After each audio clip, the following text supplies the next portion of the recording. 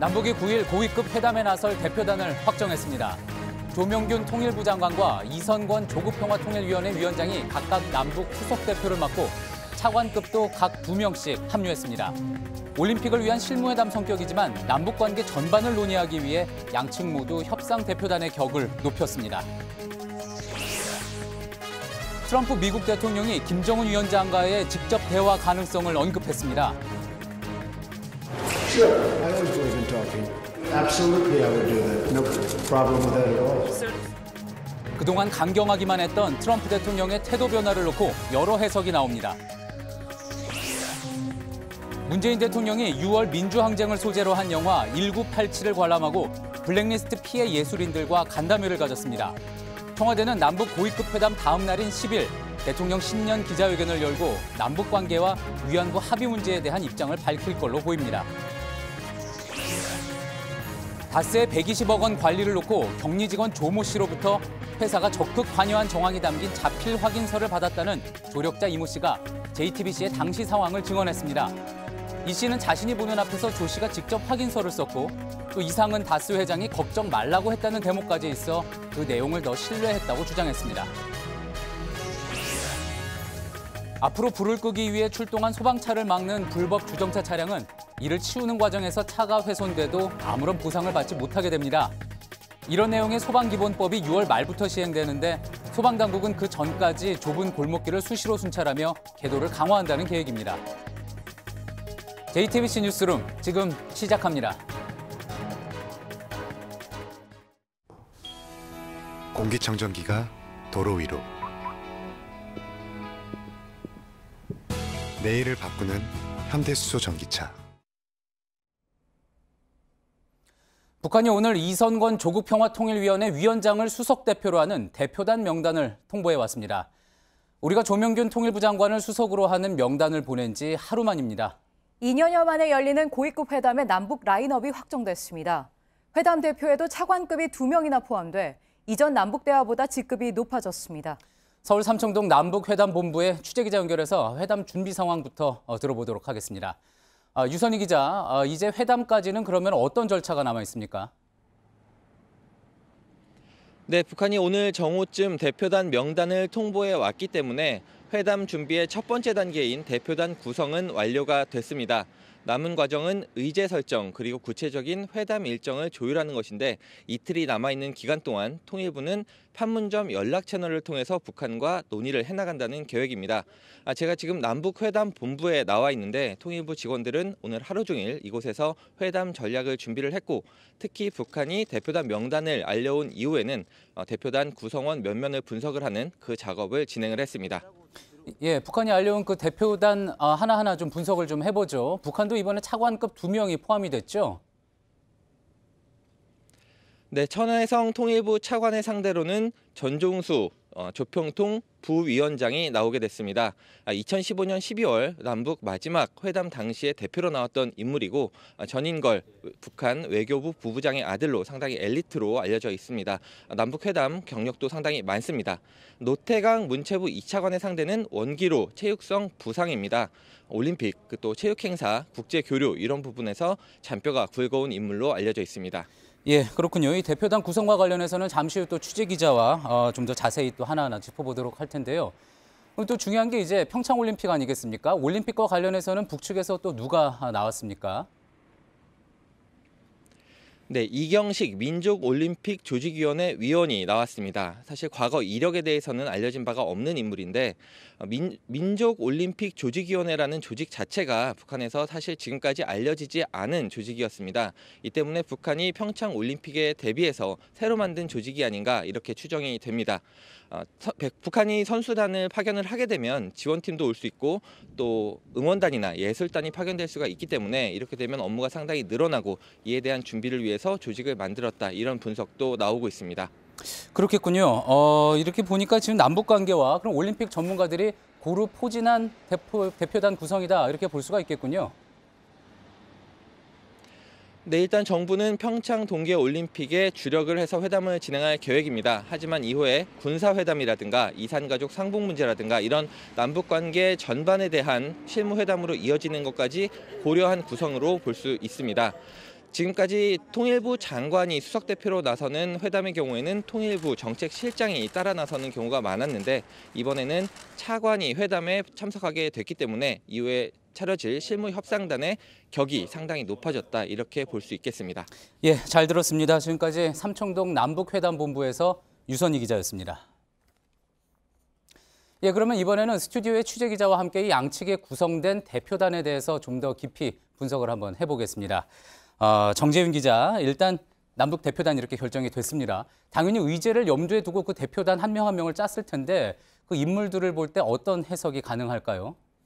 네, 일단 남북 대표단 구성은 크게 두 가지 사안으로 정리를 해볼 수 있을 것 같습니다. 예. 평창 올림픽과 그리고 남북 관계 개선 이렇게 두 가지인데요.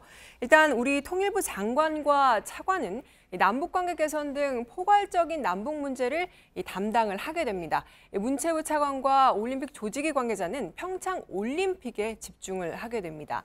북측에서 보내온 대표단 명단을 한번 보면요. 이 두 가지 사안을 다룰 담당자 비율을 우리 측과 거의 같게 맞춘 걸 보실 수 있습니다. 예, 그렇겠군요. 차관급도 2명씩 했다는 소식 오늘 전해졌는데 또 과거 남북회담과 비교를 해봤을 때 의미가 있지 않겠습니까? 비교를 해보면 어떻습니까? 네, 그렇습니다. 2015년 8월 목함 지뢰 사건 기억하실 겁니다. 예. 당시에 이 남북 고위급 회담이 열린 바 있는데요. 당시 우리 측에서는 김관진 안보실장과 홍영표 통일부 장관, 그리고 북측에서는 황병서 총정치국장과 김양건 비서가 회담을 가졌습니다. 다소 특수한 경우였는데 이 경우를 제외하면 박근혜 이명박 정부에서는 고위급 대표단이 구성된 남북회담의 사례가 거의 없었습니다. 예. 그래서 김대중 노무현 정부 때와 비교를 한번 해봤는데요. 당시에는 통일부 장관이 수석 대표를 맡으면 주로 당시 재경부나 문체부 차관이 포함이 됐습니다. 북한에 대한 어떤 경제적 지원이나 문화 교류를 위해서였죠. 그런데 이번에는 통일부 장관과 차관이 함께 참석을 했습니다. 이런 경우는 처음인데요. 이는 이산가족 상봉과 같은 어떤 남북관계 회담으로 이어갈 수 있다는 점을 고려한 걸로 보입니다. 예, 그때 대표단 구성에 따라서 그 회담의 의제, 메시지가 확실히 전해졌다고 볼 수가 있겠군요. 자, 그리고 또 중요한 부분이 이거 같습니다. 우리 측이 이제 대표단 명단을 보내자 북한이 하루 만에 답신을 했습니다. 김정은 위원장 신년사 이후에 그러니까 일주일 만에 상당히 빠르게 진행이 되어 온 건데 이 부분도 시사하는 바가 있다고 봐야 되겠죠. 그렇습니다. 일단 지난 1월 1일이었죠. 김정은의 신년사 이후에 일주일 만에 이 남북 대표단까지 모두 정해진 건데요. 시간 순으로 한번 살펴볼까요? 예. 1일에 이제 김정은의 신년사가 있었고요. 바로 다음 날 북측에 회담을 제의했습니다. 3일에는 판문점 연락 채널이 복원이 됐습니다. 4일에는 한미 간 군사훈련 연기를 합의하기로 했고 5일에는 북한이 고위급 회담을 공식적으로 수락했습니다. 이후 어제와 오늘 회담의 대표단이 모두 결정된 겁니다. 그렇군요. 그런데 역시 또 중요한 거는 무엇보다 중요한 건 회담의 의제 아니겠습니까? 우선은 이제 평창올림픽에 집중하겠다는 게 청와대 입장이었던 것 같은데 나머지 의제들 다 조율이 지금 된 겁니까? 물론 사전에 의제는 어느 정도 조율을 하겠지만요. 이 당일 회담의 분위기도 상당히 중요할 걸로 보입니다. 예. 우선 논의할 거는 평창올림픽 선수단 등의 규모와 방문 수단, 그리고 응원단이나 예술단 등에 대한 어떤 지원 여부가 될 걸로 보입니다. 이 올림픽이 당장 한 달 앞으로 다가왔기 때문이죠. 하지만 이날 분위기에 따라서 이산가족 상봉 등 남북 관계에 대한 어떤 다른 의제도 다룰 가능성이 있습니다. 앞서 말씀드렸듯이 통일부 차관이 포함된 회담 이 대표단의 구성이 그걸 암시하고 있는 셈인데요. 우리 정부는 이 평창 올림픽을 디딤돌로 최대한 대화를 이어가면서 다른 의제를 추가로 협상 테이블에 올려놓는 그런 전략을 펼칠 걸로 보입니다. 예, 잘 들었습니다. 지금까지 정치부 정재윤 기자였습니다. 예, 이렇게 남북회담이 9일에 열리면은 바로 다음 날 수요일이죠. 문재인 대통령의 신년 기자회견이 이어집니다.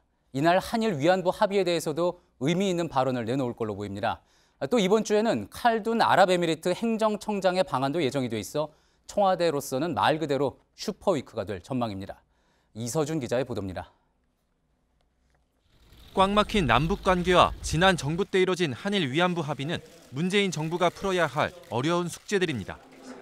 그런 정부에게 이번 주는 큰 분수령이 될 것으로 보입니다. 9일 남북 고위급 회담이 진행되고 그 다음 날 바로 대통령의 기자회견이 이어집니다. 북한의 평창 올림픽 참가 외에 이산가족 상봉과 군사회담 등 남북관계 개선을 위한 계획, 그리고 우리 정부의 대화 원칙이 이날 대통령의 입을 통해 알려질 가능성이 있습니다. 특히 2015년 한일 위안부 합의에 대한 정부의 대응 방안도 언급될 것으로 보입니다. 지난주 대통령은 위안부 피해자들을 만나 절차와 내용 모두 잘못된 합의였다고 밝힌 바 있습니다.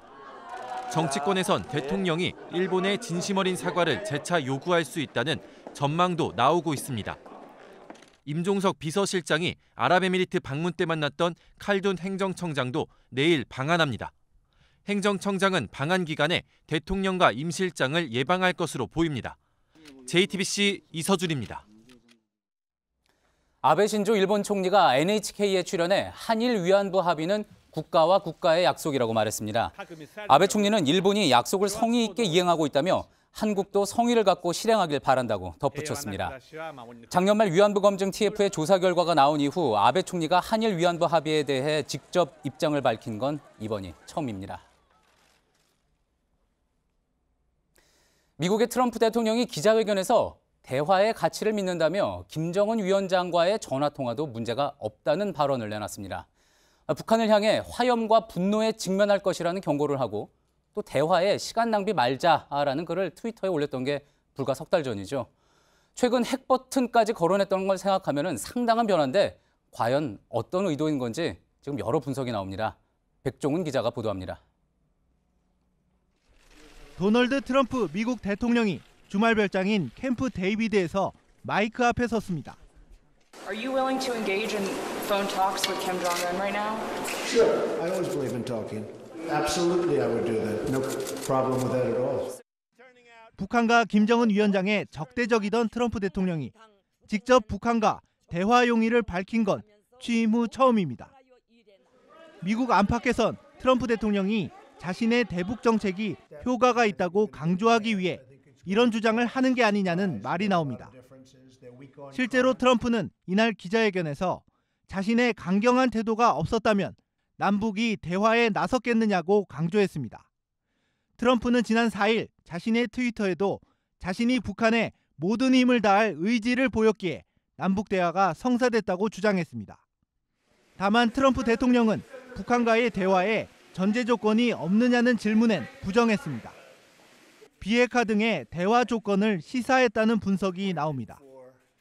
트럼프 대통령은 남북회담에 큰 기대감을 표시하기도 하고 적절한 때 관여하겠다고도 했습니다. JTBC 백종훈입니다. 문재인 대통령이 지난 정부 문학의 블랙리스트에 올랐던 예술인들과 함께 영화 1987을 관람했습니다. 영화를 본 뒤 가진 간담회에서는 문학계에 대한 지원은 늘리되 정치적 성향으로 차별하지 않겠다고 밝혔습니다. 안지현 기자입니다. 영화가 끝나자 무대 위로 오른 문재인 대통령. 한동안 말을 잇지 못했습니다. 감사합니다. 한순간에 세상이 바뀌지 않죠. 우리가 함께 힘을 모을 때 그때 세상이 바뀐다라는 것을. 1987년은 문 대통령에게도 특별한 의미가 있습니다. 그해 2월, 당시 인권 변호사였던 문 대통령은 부산에서 박종철 군 국민추도회를 주도했기 때문입니다. 자서전에서도 노무현 전 대통령과 자신이 부산에서 지도부로 참여한 6월 항쟁에 대해 남다른 평가를 하기도 했습니다. 특히 영화 관람 전에는 박종철, 이한열 열사 등 영화 속 등장인물의 유족들을 만났고 관람 후에는 이명박 박근혜 정부 시절 블랙리스트에 올랐던 문화예술인들과 함께했습니다. 늘 죄책감이 들죠. 블랙리스트 피해자분들 가운데 절반 이상은 2012년 대선 때 저를 지지하는 활동을 했다거나 오랜 세월 동안 정말 많은 고통을 겪었거든요. 이 자리에서 문 대통령은 문화예술에 대한 정부의 지원을 늘리되 정치적 성향으로 차별하지 않겠다고 밝혔습니다. JTBC 안지현입니다. 조사관이 책상을 탁 치니 억하고. 응? 예, 조금 전 보도에 나온 영화 1987의 한 장면입니다. 강압 수사를 해놓고도 증거가 없으니 이런 변명을 한 거죠. 민주화 이후에 고문 수사는 사라졌지만 아직 경찰의 고압적인 태도나 자백 강요, 회유 등은 종종 논란이 되기도 합니다. 그러자 경찰청이 앞으로 수사 과정에서의 모든 진술을 녹음하겠다는 대책을 내놨습니다. 이 논란을 미연에 막겠다는 건데 한편에서는 부작용에 대한 우려도 나옵니다. 김민관 기자가 짚어봤습니다. 경찰이 피의자와 참고인 등 사건 관계자 조사의 모든 과정에서 나오는 진술을 녹음하기로 했습니다. 지난해 7월 경찰개혁위원회가 인권 보호를 위해 권고한 방안을 받아들인 겁니다. 조사관들은 적법 절차를 준수하는 것을 좀 유도할 수가 있고 또 조사를 받는 입장에서는 본인의 진술과 녹음한 내용이 일치하는 것을 확인할 수 있어서 강압 수사가 많이 사라졌다고 하지만 경찰의 고압적인 태도 등에 대한 논란은 아직도 진행형입니다. 조서에 기록된 문구를 놓고 이후 검찰 수사 단계나 재판 과정에서 논란이 벌어지는 경우도 종종 발생했습니다. 경찰은 우선 일선경찰서 2곳에서 오는 3월 31일까지 진술녹음 제도를 시범 적용하기로 했습니다. 하지만 오히려 진술 전 과정을 녹음하는 게 인권을 침해할 수도 있다는 지적도 나옵니다. 녹음 파일이 유출될 우려나 다른 목적으로 쓰일 가능성도 배제할 수 없다는 겁니다. 목소리라는 정보가 이제 수집돼서 성문 분석 이런 거 나중에 사실은 지문처럼 이용될 확률이 또 있죠. 인권 보호의 취지를 살리기 위해선 경찰의 추가적인 고민과 보완책 등이 필요해 보입니다. JTBC 김민관입니다. 다스 수사 속보입니다. 다스의 120억 비자금 의혹과 관련해 저희는 격리 직원이 조력자에게 줬다는 자필 확인서를 입수해 돈 반환 과정에 회사가 관여한 정황이 있다고 전해드린 바 있습니다. 조력자 이 씨는 저희 취재진에게 격리 직원 조 씨가 눈앞에서 직접 확인서를 적었다고 주장했습니다. 여기엔 이상은 회장의 약속도 담겨 있어 더 신뢰했다고 했습니다. 이지혜 기자입니다. 조력자 이 씨가 다스 격리 직원 조 씨로부터 자필 확인서를 받았다는 시점은 특검 조사 석 달쯤 뒤인 2008년 5월 28일이었습니다.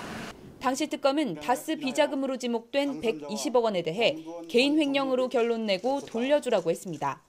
그런데 120억 원을 관리하던 이 씨는 자신의 개인 재산 수억 원이 섞여 있다며 반환해달라고 내용 증명을 보냈고 이후 조 씨의 연락을 받고 만났습니다. 그거는 틀림없고 그건 원본이니까 있는 사실 그대로를 갖고 와라. 동석자는 없었고 조 씨가 자신이 보는 앞에서 자필로 확인서를 적었다고 합니다. 지장 찍고 막 이런 것까지 다 안다는 거는 써가지고 가져왔나요? 앞에 썼어요. 이 씨는 특히 조 씨가 다스 이상은 회장의 약속을 언급해 더 믿었다고 했습니다.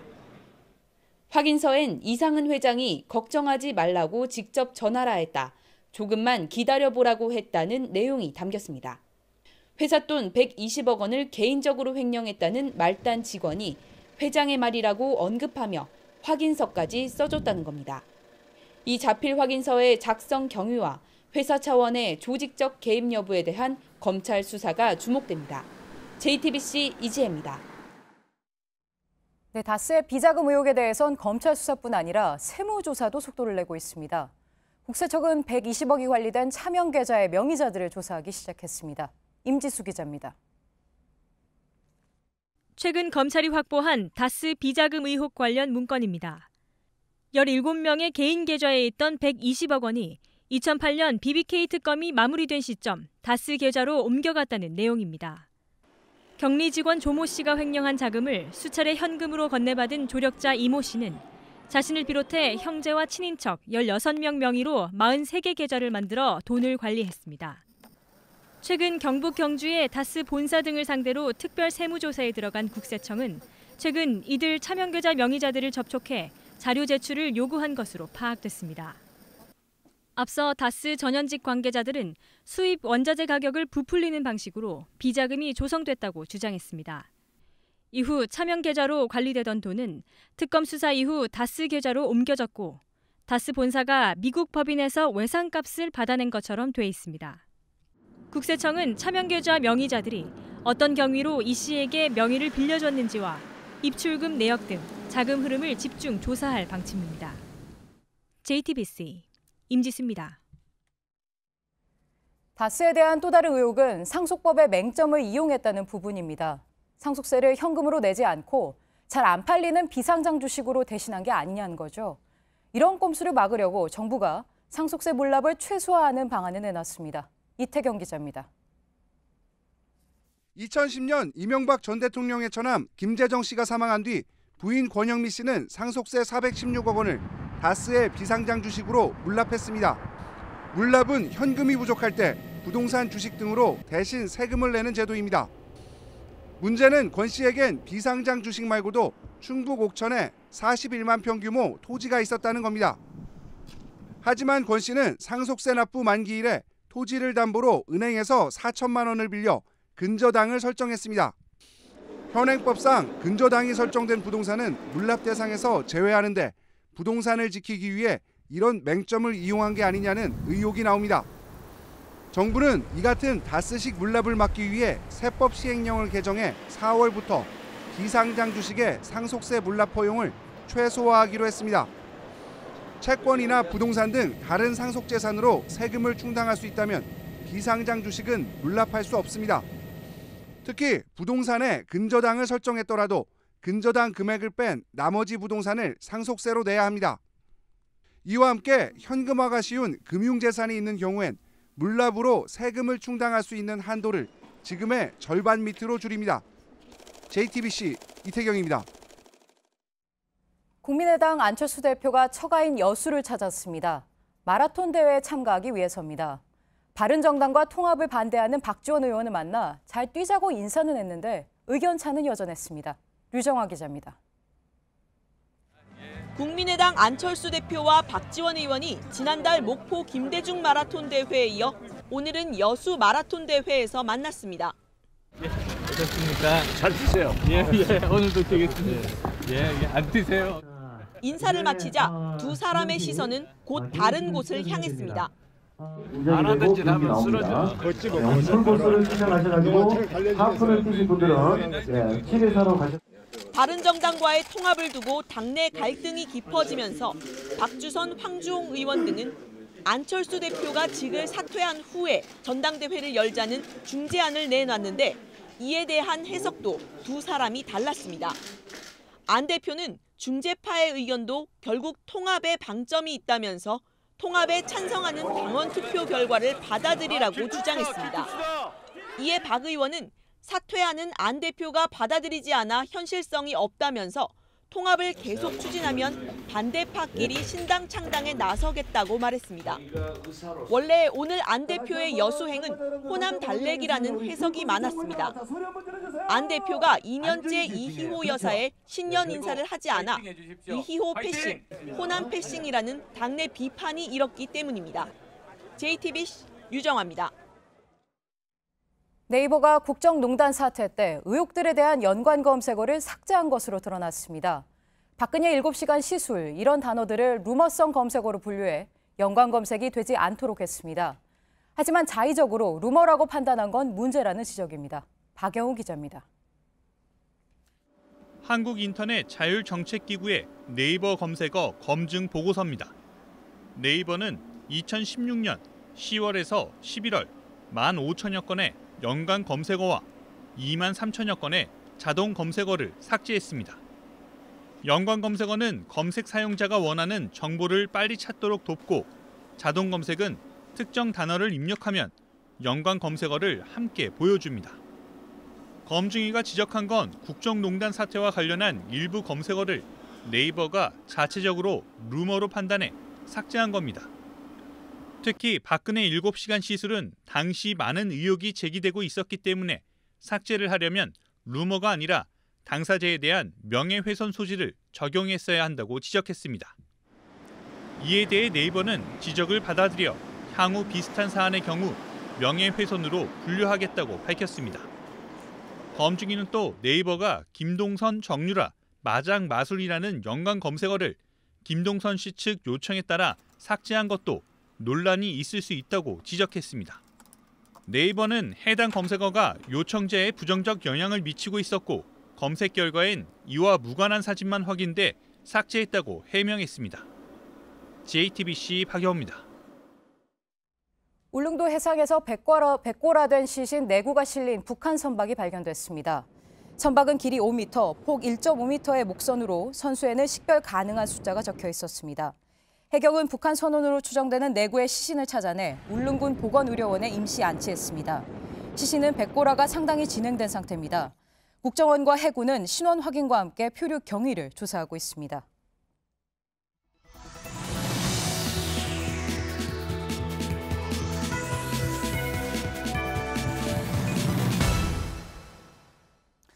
지난달 제천 화재 참사 당시 CCTV 화면입니다. 이렇게 불법 주차한 차량들 때문에 소방차가 바로 현장 진입을 못하고 한참을 돌아가야 해서 문제가 됐었죠. 소방청 조사에 따르면 소방차가 진입하기 어려운 구간이 아직도 서울에만 652곳, 길이로는 180km가 넘었습니다. 부산이나 인천 등 다른 대도시 지역도 심각하기는 마찬가지였습니다. 그래서 미국이나 캐나다처럼 소방차를 막는 불법 주차 차량들은 파손을 무릅쓰고도 옮길 수 있는 무관용 원칙을 적용해야 한다는 목소리가 높아졌는데 우리도 오는 6월부터는 이런 원칙을 적용할 수 있게 됐습니다. 어환희 기자의 보도입니다. 서울 마포구의 주택가입니다. 골목길에 차들이 서 있습니다. 주차된 차를 제외하고 남은 공간은 제 두 팔을 조금 벌릴 수 있는 정도입니다. 화재 발생 시 차량 통행에 최소 3m 정도가 필요하다는 점을 감안하면 사실상 소방차 진입은 어려운 겁니다. 충북 제천 화재 현장에서도 불법 주차된 차량 때문에 진압이 늦어 결국 참사로 이어졌습니다. 실제로 이렇게 소방차가 들어가기 어려운 곳은 지난해 상반기 기준으로 1,469곳입니다. 수도권에만 872곳이나 되고 다른 지역도 사정은 비슷합니다. 하지만 6월부터는 상황이 달라집니다. 소방차 긴급 출동을 가로막는 차량들을 훼손 우려와 관계없이 적극적으로 치울 수 있는 소방기본법 개정안이 시행되기 때문입니다. 그동안 보상 범위와 절차가 모호해 소방관들이 개인적으로 보상을 하거나 소송에 휘말리는 등 문제가 많다는 지적에 따른 겁니다. 특히 손실보상심의위원회를 만들어 정당한 보상을 하되 도로교통법상 주정차가 금지된 장소에 주차한 차량은 이동 과정에서 파손돼도 보상을 받지 못하도록 했습니다. 소방당국은 대형 피해가 우려되는 지역의 주차 단속을 강화하기 위해 CCTV를 늘리는 방안도 함께 검토하고 있습니다. JTBC 어환입니다. 오늘 전국 곳곳에서 화재가 이어졌습니다. 제주 서귀포 남서쪽 공해상에서는 외국 선적 화물선 두 척이 서로 부딪혀 구조 작업이 계속되고 있습니다. 유한울 기자입니다. 시뻘건 불길이 치솟습니다. 오늘 새벽 3시쯤 전북 완주군 한 야산을 지나가는 송유관에서 불이 났습니다. 불기둥의 높이는 15m에 달했지만 주변으로 번지지 않아 피해는 없었습니다. 송유관 안에 휘발유가 줄어들면서 불은 4시간 만에 꺼졌습니다. 불이 난 송유관에선 밸브가 발견됐습니다. 경찰은 누군가 기름을 빼돌리려 밸브를 설치하다가 불이 난 것으로 보고 수사에 나섰습니다. 오늘 오후 1시 반쯤 경기도 양주시 남면의 한 디스플레이 공장에서 불이 났습니다. 소방당국은 소방헬기 등 장비 34대를 투입해 2시간 만에 불길을 잡았고 인명피해는 없었습니다. 어제 저녁 8시쯤에는 제주도 서귀포 남서쪽 311km 공해상에서 파나마와 홍콩 선적의 화물선 두 척이 충돌했습니다. 홍콩 선적 벌크선에 탄 중국인 선원 21명은 구조됐지만 파나마 선적 배에 타고 있던 32명의 구조 여부는 아직 확인되지 않고 있습니다. 한국 국적 선원은 없는 것으로 확인됐습니다. 해양경찰청은 파나마 선적 화물선의 경우 석유 제품을 싣고 있다 부딪히면서 큰 불이 나 구조 작업에 어려움을 겪고 있다고 밝혔습니다. JTBC 유한울입니다. 100년 만에 살인 한파가 들이닥친 미국 동부에 인명피해가 이어지고 있습니다. 그야말로 꽁꽁 얼어붙은 도시는 영화의 한 장면을 떠올리게 합니다. 뉴욕에서 심재우 특파원입니다. 겨울 폭풍으로 바닷물이 들이닥친 매사추세츠주 연안 도시입니다. 주차된 자동차를 집어삼킨 바닷물은 한파에 그대로 얼어붙었습니다. 뉴욕은 섭씨 영하 20도 인근까지 떨어졌습니다. 뉴햄프셔주의 마운트 워싱턴 일대는 영하 40도를 기록했는데 체감 온도는 영하 70도로 느껴졌다고 주민들이 전했습니다. I've never seen any weather like this before. This beats everything. This really is incredible. With the weather the way it is, I'm just a little scared. 뉴욕의 존 F 케네디 공항에서는 활주로를 덮은 폭설이 치워지자 기다렸다는 듯 항공기 운항이 몰려들면서 큰 혼잡을 빚었습니다. 3,800여 편의 항공기가 연착됐습니다. 중국 남방항공 소속 비행기 날개와 쿠웨이트 항공 소속 비행기의 꼬리가 충돌하는 사고도 발생했습니다. 캐나다 토론토의 피어슨 국제공항에서도 항공기 2대가 충돌했는데 불길까지 이뤄 168명의 승객이 긴급히 대피하기도 했습니다. 플로리다주에서는 파충류 동물인 이구아나들이 저온 쇼크를 일으켜 나무에서 얼어버린 채로 떨어졌습니다. 이번 한파로 미 전역에서 6일 밤 현재 최소 22명이 목숨을 잃었습니다. 폭설이 그친 뒤 기온이 뚝 떨어지면서 뉴욕을 비롯한 미국 동부는 말 그대로 겨울 왕국이 돼버렸습니다. 뉴욕에서 JTBC 심조우입니다. 여름엔 이열치열, 겨울엔 이안치안이죠. 보기만 해도 오들오들 떨리는 찬바다에 뛰어들고 우도 뻗고 달리는 이색 축제가 열렸습니다. 많은 사람들이 추위에 도전하며 새해 각오를 다졌습니다. 구석찬 기자입니다. 함성과 함께 바닷물로 뛰어듭니다. 북극곰처럼 물장구를 치고 물살을 가릅니다. 영국 BBC 방송이 선정한 세계 10대 겨울 이색 스포츠인 북극곰 수영 축제가 시작됐습니다. 국내외에서 5천여 명이 참가했습니다. 방한복 하나 걸치지 않아 온몸이 움츠러드는 날씨지만 도전자 모두 패기와 열정으로 추위를 이겨냈습니다.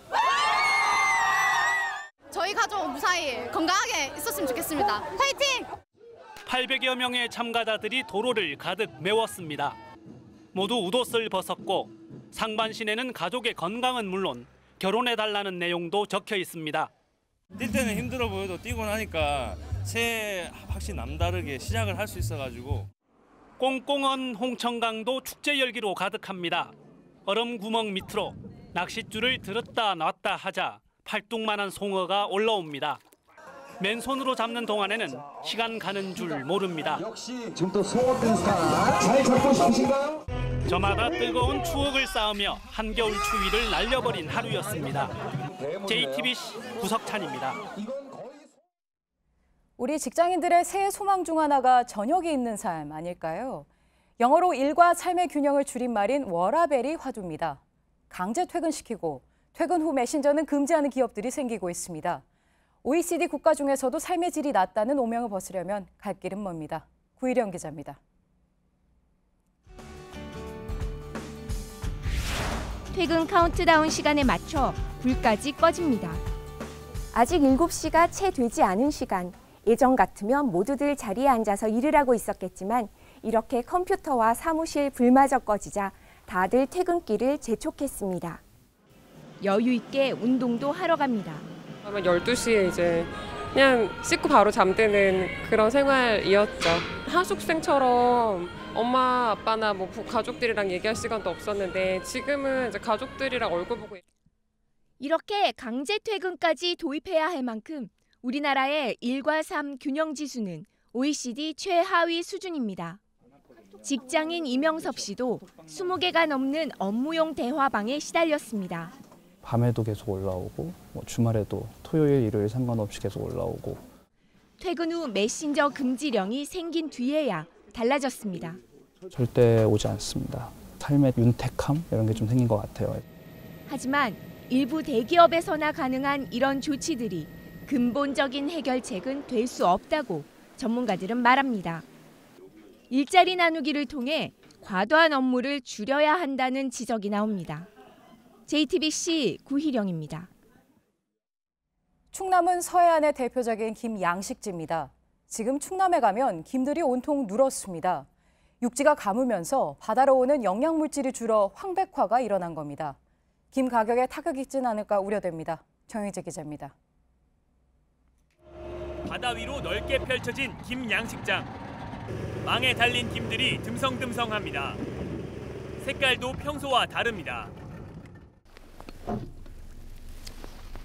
바다에서 건져 올린 김입니다. 그런데 검은색이 아닌 황백색을 띠는데 표면도 쉽게 뭉그러집니다. 세포질 안에 있는 물주머니가 커지면서 엽채가 떨어지는 황백화 현상이 나타난 겁니다. 서해안은 전국 김 생산량의 20%를 차지합니다. 특히 생산량이 많은 충남 서천에는 양식장 83%가 피해를 입었고 전북 군산 쪽으로 확대되고 있습니다. 생산량이 지난해보다 7,000톤 가까이 줄었고 품질이 나빠 수매가는 40%가량 떨어졌습니다. 공급이 달리다 보니 소비자 가격은 50%나 올랐습니다. 1월 초까지가 가장 김 생산량이 좋고 품질도 제일 좋은 거거든요.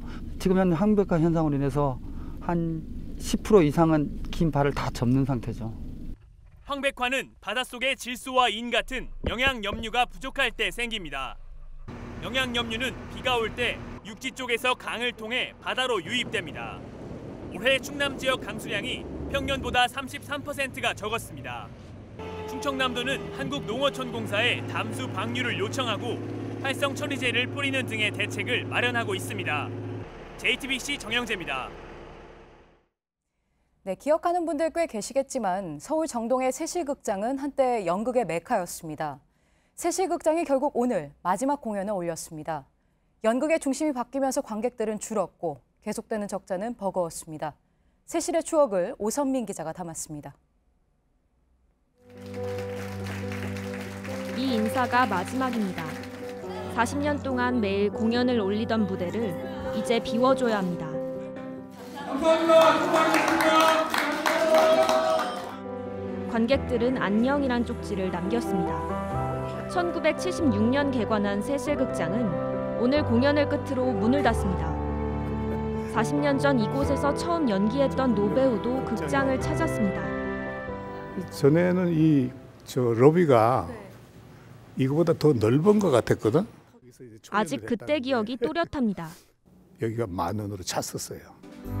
세실은 우리나라 최초의 민간 소극장입니다. 극장이 거의 없던 1970, 80년대 연극인들과 시민들에게 소중한 공간이었습니다. 1990년대엔 통기타 가수들 공연장이 됐습니다. 관객들은 객석을 모두 채우고 통로에 앉아 김광석의 공연을 기다렸습니다. 하지만 연극 중심이 대학로로 옮겨갔고 대형 극장에 밀리면서 경쟁력을 잃었습니다. 이 세실극장은 그런 대학로 지역이 있지 않기 때문에 지원에 대해서 좀 많이 배제되는 것도 좀 있고요.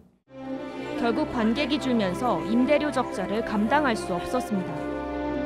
많은 이들의 안타까움 속에서 세실극장이 무대 뒤로 사라지게 됐습니다. JTBC 오선민입니다. 남자 김연아로 불리죠. 피겨의 기대주 차준환 선수가 사회전 점프를 앞세워 역전극을 보여줬습니다. 피겨스케이팅 마지막 선발전에서 차준환을 비롯해 올림픽 국가대표가 모두 정해졌습니다. 온누리 기자입니다. 3회전 연결 점프를 가볍게 성공한 차준환은 주무기로 준비한 4회전 점프도 깨끗하게 처리했습니다.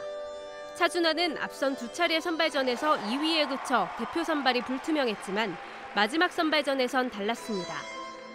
국내 남자 최고점인 총점 252.65점을 받으며 단 한 장뿐인 평창행 티켓을 손에 넣었습니다. 마지막 연기에서 프리스케이팅 프로그램을 바꾸고 4회전 점프를 한 번으로 줄인 승부수가 통했습니다. 올림픽이라는 것은 이제 모든 선수들이 원하는 무대이고 꿈의 무대이기 때문에 제가 할 수 있는 거 다 보여드렸으면 좋겠고 가서 저의 스케이팅을 즐겼으면 좋겠어요. 여자부에선 최다빈이 총점 190.12점을 받아 올림픽 출전 자격이 있는 선수 중 1위에 올랐고 2위 김하늘과 나란히 국가대표로 선발됐습니다. 지난해 올림픽 티켓을 딴 아이스댄스의 민유라와 갬린도 출전합니다. 페어의 감강찬과 김규은은 29일 발표하는 개최국 쿼터 확보 여부에 따라 올림픽 출전이 결정됩니다. JTBC 온누리입니다. 광주 북부경찰서는 3남매 화재 사망 사건과 관련해 화재 원인은 방화가 아닌 어머니 정모 씨의 실화로 결론 내렸습니다. 경찰은 정 씨의 평소 학대 여부도 조사했지만 관련 정황을 찾지 못했다고 밝혔습니다. 금융감독원 등이 내일부터 시중은행 6곳이 보유한 가상화폐 거래소 계좌를 특별 점검합니다. 은행들이 자금 세탁 방지 의무를 이행했는지, 거래소가 불법 개설한 계좌가 있는지 집중 점검합니다. 충북 제천에서 삼국시대의 돌 덧널 무덤 27기가 무더기로 발굴됐습니다. 제천시는 삼국시대 고분군이 제천 주변에서 발견된 경우가 거의 없어 의미가 크다고 말했습니다. 2011년에 중국이 발사한 첫 우주정거장 텐궁 1호가 오는 3월 말에 지구로 추락할 수 있다는 분석이 나왔습니다. 항공우주 전문가들은 길이 10m, 무게 8.5톤인 텐궁 1호가 매일 1에서 2km씩 하강 중이라며 이렇게 밝혔습니다. 네, 아픈 아이들의 고통은 이루 말할 수 없겠죠. 암투병으로 머리카락까지 잃었다면 더욱 그럴 겁니다. 마음의 상처가 난 아이들을 낫게 하는 건 병원 치료만은 아닐 겁니다. 동화 속 주인공 같은 가발이 아이들의 아픔을 어루만져주고 있습니다. 이지은 기자입니다. 8살 마이아는 호흡기관을 치료하며 쓴 항생제 탓에 머리카락이 모두 빠졌습니다. 슬픔이 깊어지던 어느 날, 마이아의 엄마는 알라딘의 주인공인 자스민의 가발을 선물로 줬습니다. 마이아 얼굴엔 전에 없던 미소가 가득 차기 시작했습니다. 병마와 싸우는 아이들이 마법의 가발을 쓰고 동화 속 주인공처럼 변신하면서 마음의 병을 치유받고 있다고 미국 CNN은 전했습니다. 가발을 쓰면 여자아이 또는 남자아이로 자신의 정체성을 찾게 되고 주인공처럼 행복해질 수 있다는 꿈을 쉽게 꿀 수 있다는 겁니다. 주변의 시선을 두려워하지 않게 되는 장점도 있습니다. 이러한 시도는 암병동 간호사 출신인 홀리의 아이디어에서 시작됐습니다. When my friend's daughter was diagnosed with cancer, I decided to make her a Rapunzel yarn wig. Was twirling around in her dress with her Rapunzel braid and having fun. This painful, scary world of cancer. 그가 만든 비영리 재단은 미국 등 32개국 5,500여 명의 환아들에게 다양한 캐릭터 가발을 무료로 보내줬습니다. 여아에겐 엘사와 라푼젤, 남아에겐 잭스페로우와 배트맨 캐릭터가 특히 인기입니다. 백혈병을 앓고 있는 5살 소피의 아버지는 이렇게 말합니다.